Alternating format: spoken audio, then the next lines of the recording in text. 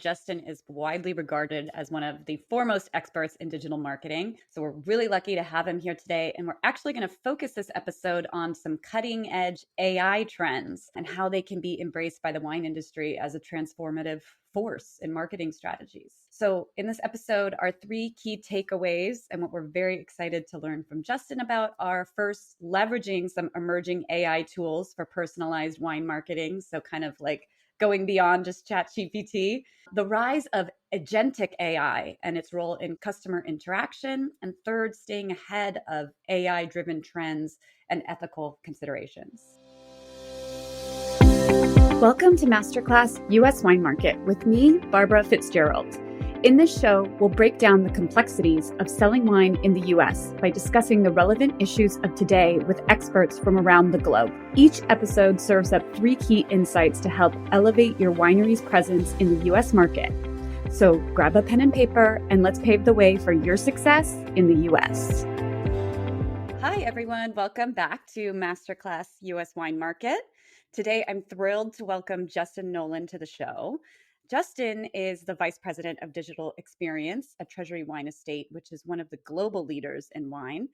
From the start of his career in wine, he has worked to bring digital transformation to marketing and consumer experiences. He, working with his incredible team, is helping to enable new technology and build better ways to connect with customers online. With vast experience in marketing, Justin specializes in a channel agnostic approach to digital marketing, giving brands the opportunity to deepen their engagement with a consumer, try new things online, learn through data, and support the customer towards the purchase path of their choice. He's a marketing leader with a vision to drive positive change in the wine industry and help new generations of wine drinkers engage with brands through digitally native channels. Well, if that is not like the most relevant topic of the day, what is? So welcome, Justin. It is so great to have you here. Thank you. Thank you so much. Thanks for the invitation. I'm glad to be here. Yeah, absolutely. And some of you may have already had the opportunity to hear Justin speak at Wine to Wine in Verona last year. So we're happy to have you back with Italian Wine Podcast and Vinitaly International again. And before we dive into today's discussion, Justin, can you just tell us a little bit more about your background and how you came to work in wine? Yeah, a lot of people think about me today as being very, very technology heavy, but I actually started my career in pure marketing, in brand marketing, working in agencies, but with always that kind of bent towards the digital side of things. And this was kind of early on when digital first kind of started to become a thing. And it certainly wasn't the buzzword that it is today, but it was like, we're starting to see things on computers. Do we need a website? Like, those are questions that were actually being asked such a long time ago. I moved into marketing in the sort of medical healthcare arena. There's a huge opportunity for digital transformation there, and how we see medical records and how we see information flow and how we connect with patients. Went into the sort of nonprofit space and healthcare, realized after, probably too many years that it wasn't going to be for me. And what I really wanted to do was find an industry, find a product that I could connect with on a deeper level, and that people, when they think about the product, it brings up positive experiences. It brings up connection with humans. And that's where the wine industry really kind of sold me on, this is something that's interesting. I grew up in Northern California, so I grew up around wine. I grew up around the hospitality of the wine industry. But in my kind of early stages and looking at it, I realized too that I was a good fit, because the industry itself was in need of digital transformation, was in need of new ways of connecting with consumers and understanding how we might be able to change the way we think about data and about how we tell our stories in a completely new way online. Awesome. I really like this correlation that you just mentioned though between, the digital transformation in the health world and how you could bring that to the wine world. Because again, a place where people really obviously want to feel supported, seen, heard. Yeah, it's pretty Yeah, cool. and trust, right? Like that's Yeah. the whole thing. Is it's difficult to drive trust and drive authenticity and drive a personal connection when you think about being online. and connecting in new ways, right? But that's a lot of what digital transformation is about. It's less about, hey, let's just implement this new technology. And it's more of, how do we convert the things that we do really well? Like in medical, it's how do we convert bedside manner? How do we convert the fact that we care about our patients, but do it in a way that's online, that we can reach a broader audience, that we can, that people can more efficiently interact with us. And with wine, it's a lot of the same. There's people all over the country and all over the world that want to interact with your brand, that want to know more, that want to engage deeper, that are not necessarily going to be able to make it to your tasting room, right? They're not necessarily going to be able to make it to a winemaker's dinner, but they want to have that authentic engagement, and digital is a way of doing that. Yeah. Awesome. Well, as we already mentioned, Justin is widely regarded as one of the foremost experts in digital marketing. So we're really lucky to have him here today. And we're actually going to focus this episode on some cutting edge AI trends and how they can be embraced by the wine industry as a transformative force in marketing strategies. So, in this episode, our three key takeaways and what we're very excited to learn from Justin about are: first, leveraging some emerging AI tools for personalized wine marketing. So, kind of like going beyond just ChatGPT, the rise of agentic AI and its role in customer interaction, and third, staying ahead of AI driven trends and ethical considerations. So I know this can feel like a very overwhelming, maybe even kind of scary topic for some wineries. So we'll really try to break down each key takeaway with actionable insight. So we'll call those out when the time comes. But let's start very simple with a basic definition. Back up from AI for just a moment. What is a digital experience, and why should we care about it? And I'll try and keep that simple too. Digital experience is how you interact or engage with anything in the online world, right? How a consumer or a customer interacts with a brand, how they interact with their friends, how they see, feel, do things in a way that is connected to a screen, whether it's a phone, a computer, or in most cases today, even televisions, and how all of those pieces can be connected together through technology, through data optimization, and through personalized experiences.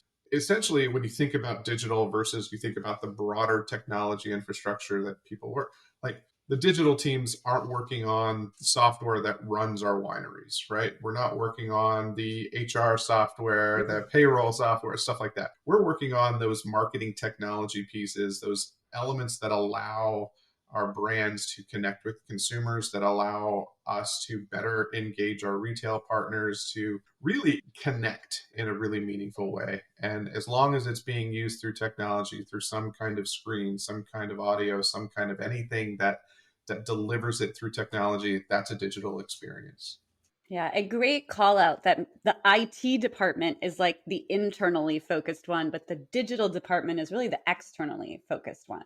Yeah, and we have to be great partners, Right. because we are dealing with a lot of personal information from customers. We're dealing with a lot of different things. So we're really great partners with our IT team, because they help us with security and data compliance and all of those kinds of things, while we really think about how do we tell those stories and how do we make this engagement beautiful. Yeah. All right. Well, let's shift now a little bit more to AI specifically, which is like, it's like the AI race right now. There's so much conversation. Today is January 30th. DeepSeek has just upended ChatGPT. We have Sora coming out. So I'm sure you could even share more with us. But how do these new tools go beyond ChatGPT to really help wineries better understand their audience and create some of those personalized digital experiences? There are new tools coming out every single day, right? So they may not be the huge ones that we hear about, like DeepSeek or Sora, but literally new tool sets, new pieces, new things that are happening. And a lot of those are actually powered by ChatGPT. So I don't know if anything's surpassing ChatGPT at this point, but there's definitely a new breed of things that are happening. Sora is the video engine, the video creator by OpenAI. It runs on that ChatGPT platform, but it's just next level video creation.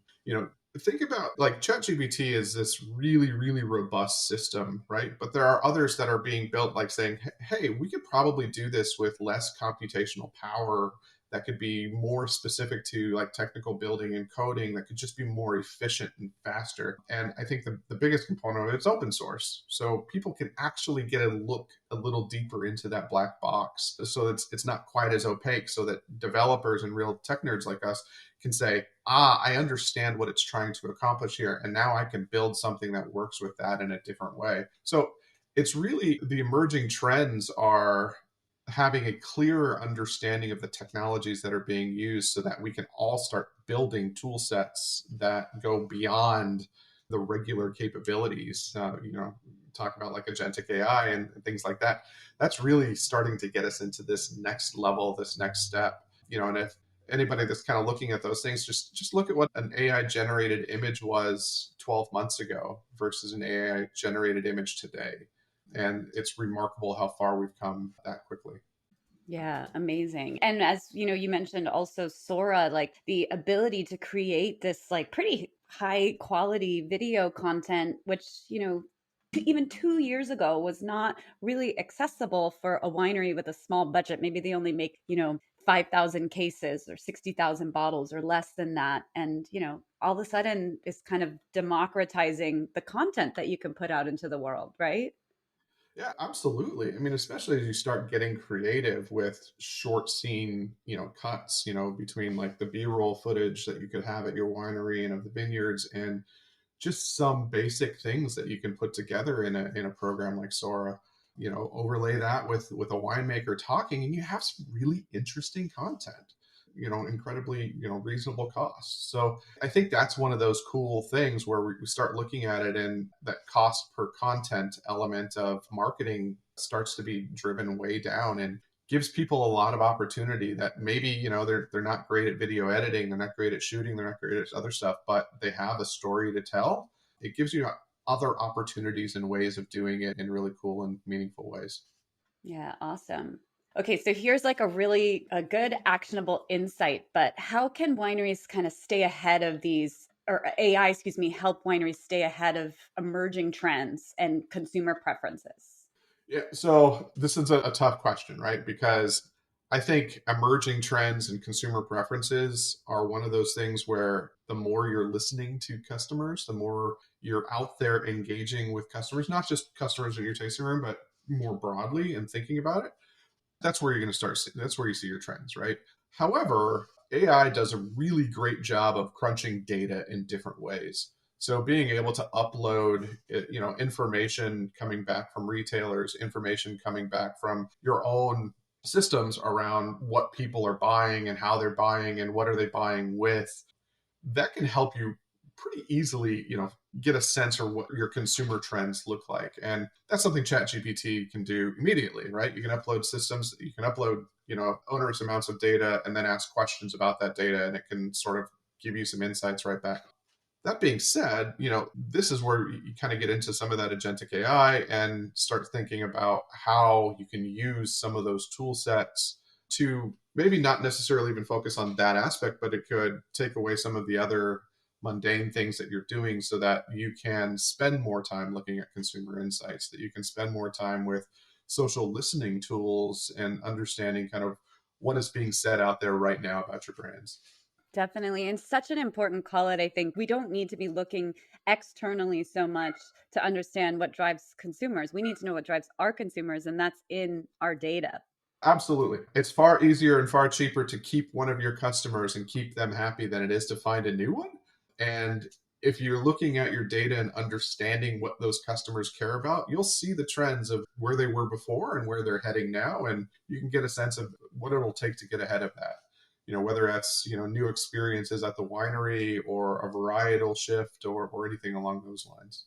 And again, kind of taking it back to somebody with a small budget that maybe doesn't have the capacity to hire a human data analyst suddenly has this available to them. Absolutely. I mean, again, we have some really amazing data analysts, right? We have Brendan Lee on the broader digital team looking at all of this owned first party data that we have to better understand how people are interacting with our website and our properties and things like that. But AI tool sets have come a long way in being able to do that for you. So if you don't have that or you don't have a budget for that, AI can certainly support you. Okay, so then can you share an example of a successful AI-driven marketing campaign? Obviously, you've had many of your own that have really improved customer engagement. Yeah. So first and foremost, and this is where I think a lot of people get kind of scared about, oh, AI campaigns, AI this.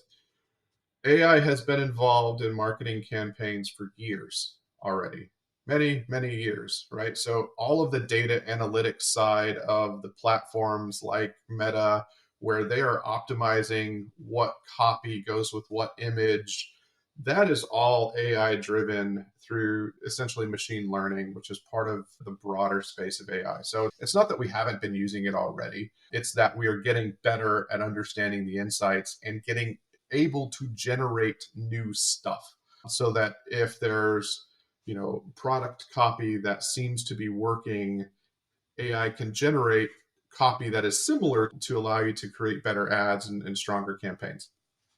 But it's long been the case that we've been using AI and optimization and those kinds of things, right? So this is where I would say it's the greatest thing that you can do from a marketing campaign is be able to use AI without anybody knowing, without anybody being able to see it, right? Because if the customer is looking at it saying, oh, I think they built that with AI, you did it wrong. That's not the point of it. The point of it is to create something that feels authentic, that feels part of your organization, feels part of your brand, that feels like it's coming from you. It just allows it to be more personalized because you can create a wider breadth of things, and it goes beyond the content itself, right? So when we look at digital marketing programs, it's all about the riches are in the niches, right? So if we can create segments that are much, much smaller, but are much more relevant to consumers, then we can create the content that works with that. But sometimes that's hard to do. And AI allows you to say, okay, I want to do 30 different segments. Give me all of the things that would match with, I want a segment that likes Dwayne the Rock Johnson, right? Okay, what are all of the things that those people would also like so that I can get that a little bit more closely under, we can create copy, we can create things that are much more relevant to that. So then the AI can just give you all of those personas and say, now we have a very clear understanding. And then you can drop that AI, you can drop that output back into AI and say, give me copy for my product that matches this target segment. So that's the copy that we then put in there, right? So if you look at holiday programming, just this last season where, you're running a campaign in Southern California, you're running campaigns in Texas and Florida, those demographics, if you think about them, are very, very different. We're all American, but we're all very different in how we do things. So that's where the use of AI can be really strong because you don't have to expend an enormous amount of time to create personalized message and create personalized copies. You can do that with those tool sets. And we've been successful in that, but I've seen and talked to a number of my colleagues and peers kind of, across wine, but across the broader, consumer packaged goods segment. And it always comes back to, could you tell we did it? And if the answer is no, then they did a great job, right? And then that's Yeah. really the goal. I was going to ask you this at the end, but you're kind of speaking to it now. So I kind of like, let's get your hot take. Is AI coming for our wine industry jobs? No, Yeah. so definitely not, right? And I kind of equate this to the same thing. I'm old enough to remember when Photoshop first came out as a popular thing. And I remember agency friends and things like that saying, oh my gosh, Photoshop is going to take all of the photography jobs that are out there. And it's just not true, right? Like, but it can make photographers who maybe aren't great, it can make them better. And it can make phenomenal photographers into just utterly incredible, right? So, like, there's tool sets that you use and do things. All of these different AI tools are just that. They're new things to put into your tool belt to allow you to be more efficient, to be better, to be faster. We have, there's a lot of smaller wineries where there's a limitation on the number of people that can work there, anyways, right? Like, they just don't have the staffing. That's one of the top things I hear is we don't have the staffing. So you weren't going to hire other people anyways. Now these tool sets can allow you to sort of have that assistant that happens to be good at accounting, happens to be good at crunching data, can write you some copy, can help you brainstorm stuff, can do a lot of different things. So it's almost like it's going to ensure that your job is easier, better, faster. So no, I don't think it's coming for anybody's jobs. But what I will say is these are tool sets that are going to be mandatory in the future, right? These are things that you're going to need to know. So, and this is any job, not winery specific. This is kind of thinking more broadly. Go into work today, into an interview, and if you don't know how to use things like, Microsoft Email. Excel Yeah. or email or PowerPoint, it's like, this is weird. We're going to get to a point where using AI tool sets is like, if you don't know how to do it, it's going to be like, that's sort of strange. What are they doing? Where do they come from? And you kind of already called it out that it's a tool that requires still fine tuning by a human, because who understands how to connect with a human better than a human?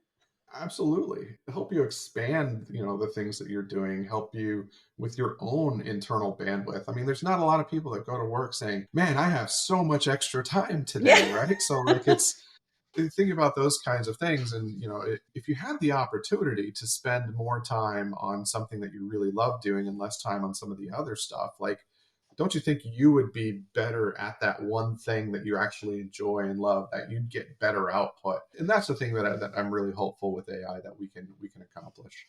Yeah, good plug. I'm here for it. Okay, let's move on to agentic AI, which is some pretty exciting stuff. Maybe first you can quickly define what that is if somebody doesn't know. And then do you think that systems like Claude, for example, can improve customer services and streamline operations for wineries? Yeah. So in fact, I was having a conversation with my good friend Shem Swerkis, he's often the brains behind the operations at Treasury. The guy can sort of make anything work, learn anything, and do it. And we were talking about this specifically a couple of days ago. So agentic AI is essentially taking that generative AI component and making it feel more human, right? So it's the technology that powers AI agents to be able to act autonomously without a lot of human oversight in order to do certain tasks, right? And this is where, when we talked early on about generative AI, most people were thinking you know, creating blogs for you, right? Or writing content or something like that. Agentic AI, this component of it, this sort of, I don't want to say offshoot, it's just another evolution, is actually what, like, when I was talking about, that's the romanticization of AI. This is what I start kind of like saying, oh my gosh, this is what actually changes the world.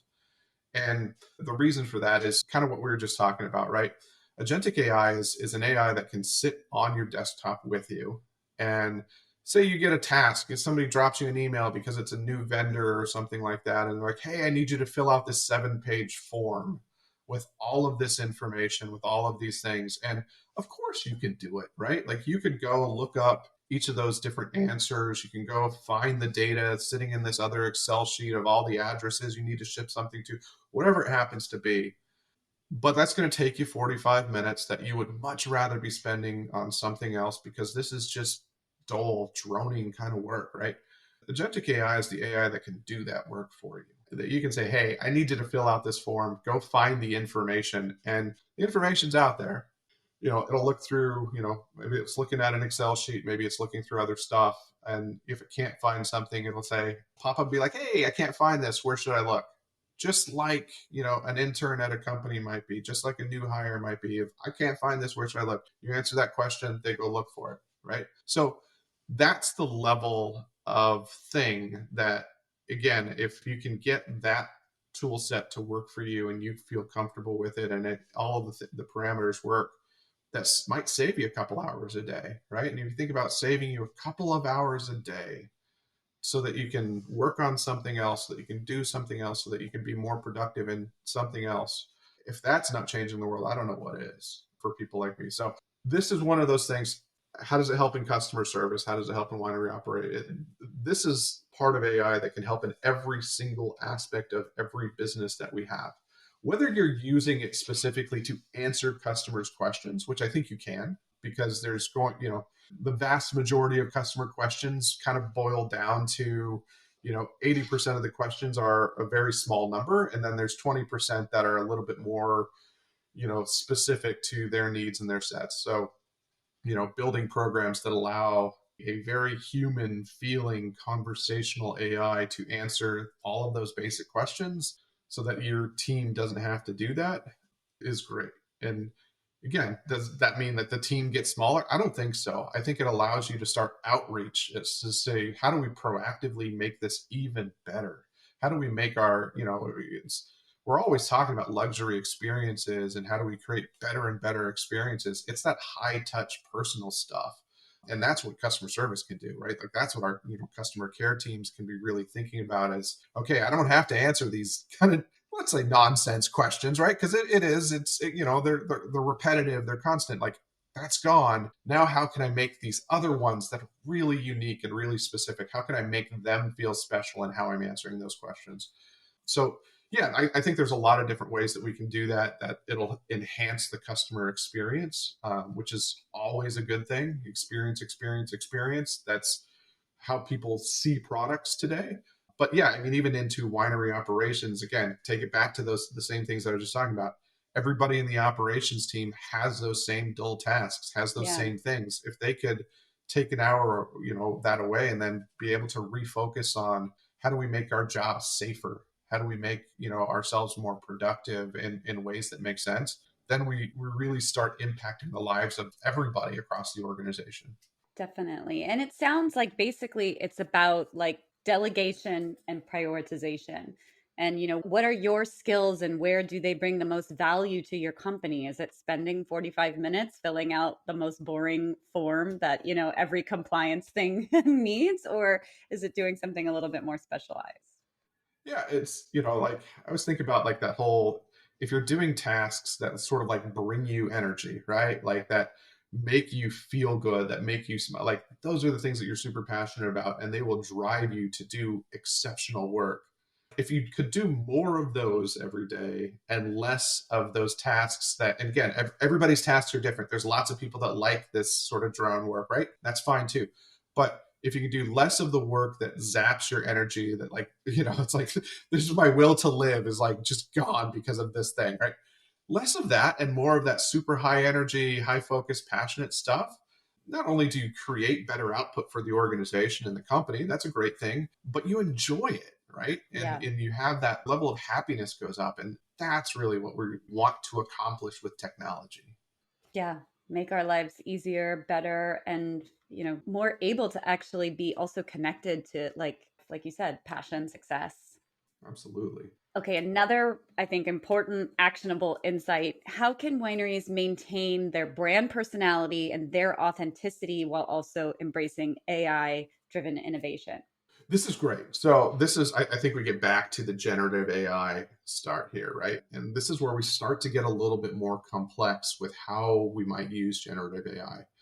Instead of just going into ChatGPT and saying, I need you to create this for me, it's much, much deeper than that, to the point where you're providing, or even to some extent, you could be creating a GPT within a particular system that you are providing brand language, that you're providing brand history, the backgrounds, all of the details associated to your brand, so that when somebody wants to create something new and build something or do brainstorming, the GPT, the AI that you're using has all of those details to be thoughtful about and to have as parameters so that the blog it creates, the email copy it creates, the imagery that it's creating is utilizing all of that brand message, that those things that sort of hold that, all of the keys, right? The flags that come up and say that's who we are, that's the red we use, that's the style of language we use. These are our focus,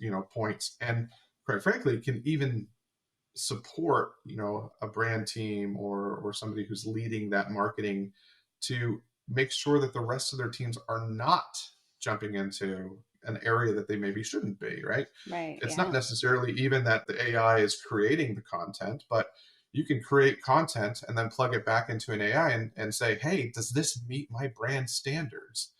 And if it doesn't, what are some suggestions to change it that could help me get there? So that you're more consistent with that story, and that consistency with the story kind of across the board is really kind of what drives that authenticity and what drives that feeling of connectedness to a brand. Yeah, definitely. And I think when we talk specifically about Italian wineries, for example, there's a language barrier. And, you used to be able to just go to Google Translate, but we all know that Google Translate doesn't do a good job at translating into like the cultural vernacular. Like it can translate word for word, but maybe AI can do a little bit of a better job as, how would somebody say this in the US versus the way sentences are put together in Italy is in Italian is very different than how we do it here in the US. Totally. Conversational language is different than technical language, right? So like Google's Gemini with the language model that it's built on is exceptionally good at conversational language so that it's using words that we would actually use in the real world. And you can still build parameters so that you can say, act as if you are a knowledgeable expert in wine so that it starts to use that vocabulary that's a little bit more focused in the wine world where you might not necessarily see your average everyday person using that language.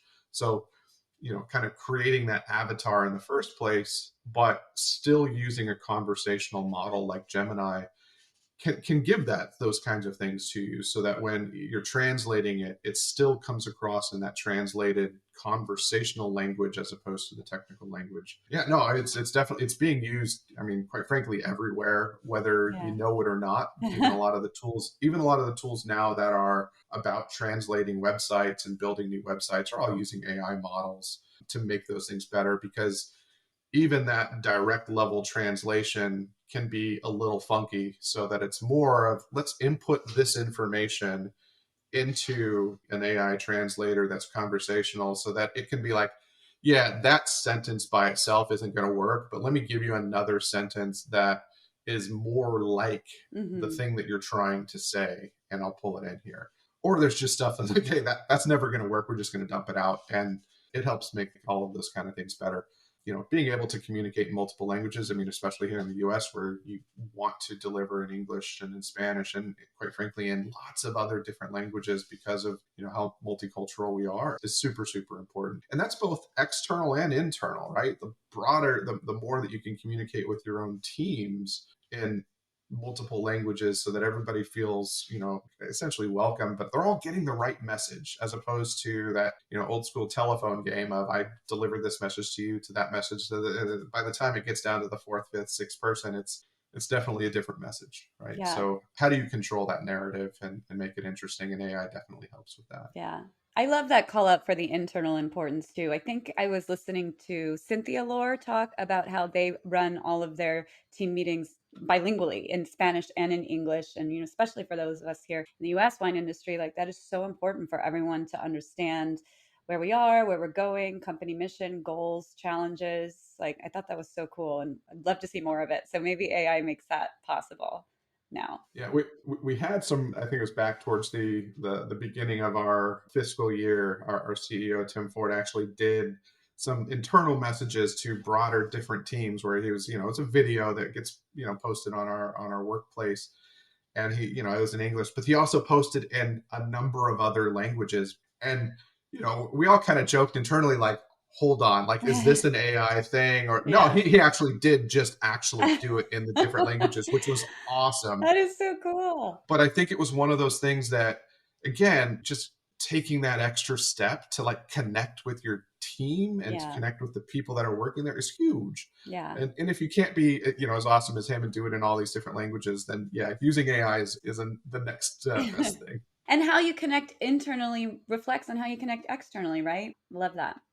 All right, one final question here before we wrap it up, but another important piece involved with using AI. How can wineries be sure that they're using the tools ethically and responsibly, particularly when it comes to, transparency and data privacy? Yeah, data privacy is huge, right? It's definitely it's something we take super, super serious. And I do think that every company, every business will treat this a little bit differently. I think it's very, very important that every winery be thinking about what is their data policy as it relates to AI. Thinking about what are we allowed to put into an AI that, even from an insights perspective, are we stripping out personally identifiable information so that we can still gain insights, but we're not putting our customer or our business information or employee information or anything like that into a broader system.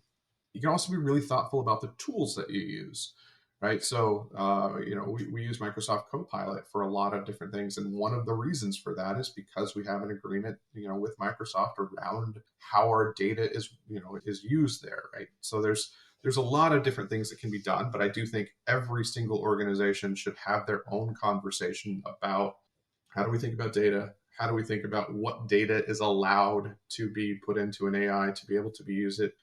What tool sets are we going to be okay with the broad team using versus maybe a few different people that are doing some, innovation and thought process stuff, right? Because those are the things that can really start setting it up.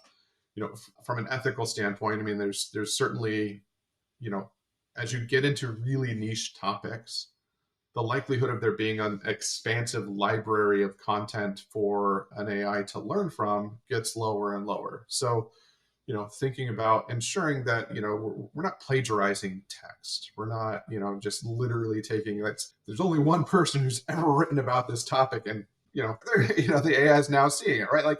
So being thoughtful about some of those things, there are tool sets that can help you, determine whether or not something is maybe a little too plagiarized, maybe taking it too clearly. Or, in some instances, companies have said, look, we can build with AI, we can give it brainstorming, but we're not actually going to publish the things that come out. And that's fine too. Like every company has their own way of thinking about it and way of delivering on it. What I would just suggest is that we don't get too scared of it, right? We be thoughtful about it. We understand the implications of data and data security because that's super, super important.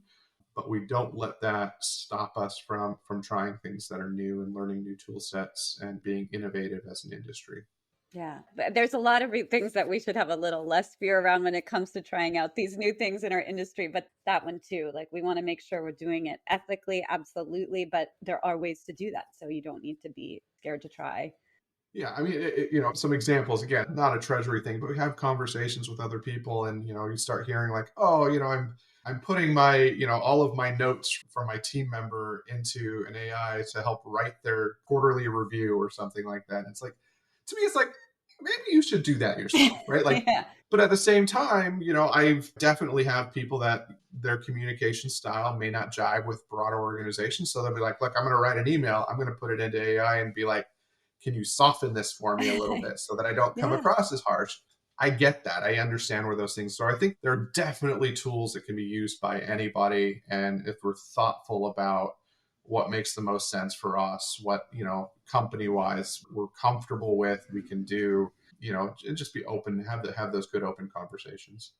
Oh my gosh, there was so much really juicy, important, helpful information in here. And, for me, every time I talk about AI, I leave the conversation feeling like I'm so excited to go see like what I can do now, what I can make happen, what kind of cool content I can create or campaign I can get going on. So I hope other people feel that way too, definitely armed with all your knowledge. But now, as we start to wind down, it's time for our rapid fire quiz. So we'll ask you 3 questions to help our listeners better understand the US market and specifically this episode. So please just answer in a couple sentences if you can. First, what is your number 1 tip for mastering digital marketing to the US wine market? Don't worry about being perfect, especially when it comes to the content that you put out, both from an ad perspective, but also, written copy, things like that. There's no expectation that things are perfect in the digital world. You shoot a video with your iPhone talking about something and use that as an ad. It's fine. Those are the kinds of things that I think could be really, really helpful, both, from an organic, what you post and what you put out there, but also, what helps expand the brand, because there's nothing more authentic than simplicity.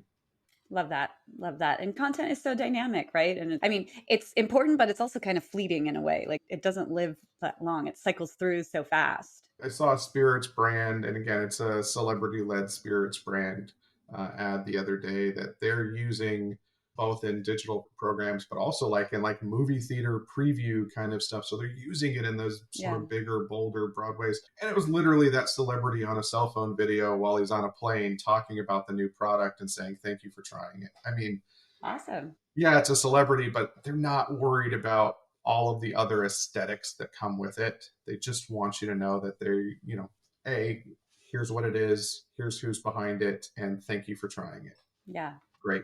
Awesome. So what is something you would have told your younger professional self about selling wine in the US? It's hard. Again, it's not easy, right? We have a product that is identifiable all over the world. It's heavily segmented, both in variety and style and brands and all of the things. It is driven by experience, driven by that association of memory and things like that. So creating that, with people that haven't experienced it is tough. It's hard to ship. It's heavy, right? There's lots of different things that kind of come along with it, but also that it's an incredibly fulfilling industry because of all of those things as well. There's a lot of challenges that are going to be associated to it, but a lot of really, really great people. So just, know that it's tough, but know that change does happen, that digital transformation does work, and that people really, really enjoy the products that you put out there in meaningful ways. I love that. It's tough, but it's worth it. All right. Number 3, what is your favorite travel hack when doing market work? Enjoy the place you're in. Too often, again, you get to be a busy professional, and the idea of flying in and flying out, where you're literally dropping in for a meeting and flying out 2 hours later, sounds good, but I hate it. Regardless of where I'm going, whether it's some random, middle America city, or, flying to, Wine to Wine in Verona, and it's absolutely gorgeous. Take some extra time to walk around and see the place and see the city and understand the people. You'd be surprised what levels of perspective that you can get just by engaging with, a broader group of people. Totally. A fantastic form of market research. Absolutely. And just, you can enjoy it, right? I mean, yes. It's seeing, if you're going to see the world, see the world. Totally. Don't take that privilege for granted. Absolutely. Well, Justin, again, you have really offered us so much valuable insight, information. Thank you so much for joining us here on Masterclass US Wine Market. If anybody has further questions for you or just wants to connect with you, where can they find you? I don't spend a lot of time on social media, which is, kind of the antithesis of the job, but LinkedIn. I read every single message that gets dropped into me to LinkedIn, connect with as many people as I can, because I like to see the other work that people are doing that are out there. So I'm easy to find on LinkedIn and would love to connect to people. Awesome. All right. Well, find Justin Noland on LinkedIn. And thank you again so much for joining us here today. Thank you so much for having me. You're welcome. Take care. And that's a wrap for this episode of Masterclass US Wine Market. Thank you so much for joining us. If you enjoyed this episode and want to stay up to date with the latest industry trends, remember to like, follow, and share our podcast. And if you find value in our conversations, please leave us a review to help others discover the show and grow our community. Stay tuned for new episodes every Monday. Until then, brindiamo il vostro successo.